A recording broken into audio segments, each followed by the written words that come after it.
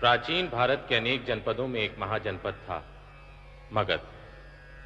मगध, जहां सीता को ढूंढने सुग्रीव ने वानर भेजे थे। वही मगध जिस पर पांडवों के पिता पांडु ने आक्रमण कर अभिमानी दीर्घ की हत्या की। भारतवर्ष के इतिहास में मगध तब और प्रकाश में आया जब महाभारत के काल में वृषध्वज का वीर पराक्रमी पुत्र जरासंध मगध की राजधानी गिरिव्रज के राज सिंहासन पर आरूढ़ हुआ। यही जरासंध गिरिव्रज में भीम के हाथों वीरगति को प्राप्त हुआ। जरासंध की भावी पीढ़ियों ने मगध पर शताब्दियों तक राज्य किया। जरासंध के वंश के अंतिम शासक रिपुंजय की हत्या उसके ही मंत्री सुनिक ने की। वह सुनिक का पुत्र प्रद्योत मगध के सिंहासन पर आरूढ़ हुआ। प्रद्योत वंश के 5 शासकों के 138 वर्ष के पश्चात ईसा के 642 वर्ष पूर्व शिशुनाग मगध के राज सिंहासन पर आरूढ़ हुआ। मगध के राजनैतिक उत्थान व परिवर्तन की शुरुआत तब हुई जब ईसा के 528 वर्ष पूर्व बिंबिसार ने मगध की सत्ता के सूत्र अपने हाथों में लिए। अंग प्रदेश की विजय के साथ जिस साम्राज्य विस्तार की नींव बिंबिसार ने डाली थी, उसका सफलतापूर्वक निर्वाह उसके पुत्र अजातशत्रु ने किया।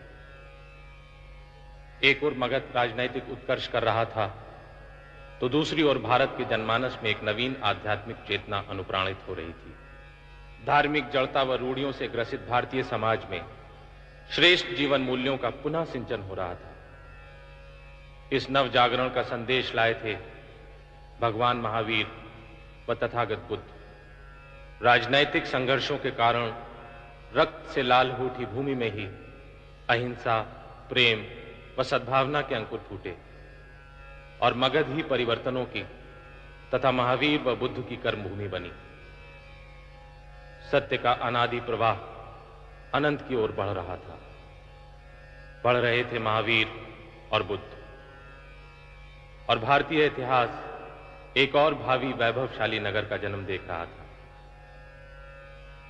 अजातशत्रु ने विज्यों से युद्ध करने के लिए पाटलीग्राम में अपने मंत्री वर्षाकार व सुनित के द्वारा दुर्ग की स्थापना करवाई। उस दिन प्रातः भगवान बुद्ध ने वर्षाकार व सुनित को देखकर अपने शिष्य आनंद से पूछा, आनंद, वे कौन हैं? आनंद ने उत्तर दिया, प्रभु, वे महाराज अजातशत्रु के मंत्री वर्षाकार व सुनित हैं। विज्यों से संघर्ष करने के लिए दुर्ग की नींव डाल रहे हैं। तब भगवान बुद्ध ने कहा था, शीघ्र ही यहां एक वैभवशाली नगर बसेगा, परंतु उसे अग्नि, जल अथवा ग्रह कलह से भय रहेगा। तथागत की भविष्यवाणी सच हुई। अजातशत्रु के पुत्र उदयन ने गंगा व शोण के तट पर पाटलिपुत्र नामक नगर की स्थापना की और वास्तुकला में पारंगत पंडित महागोविंद द्वारा निर्मित मगध की राजधानी राजगृह को त्याग कर पाटलिपुत्र को मगध की नई राजधानी बनाया। कालांतर में इसी पाटलिपुत्र के राज सिंहासन पर आरूढ़ हो नंद वंश के प्रथम शासक महापद्म नंद ने एक विशाल साम्राज्य की स्थापना की और मगध के साम्राज्य की वो थाती अंतिम नंद धनानंद के हाथों उत्तराधिकार में आई और इतिहास देख रहा था।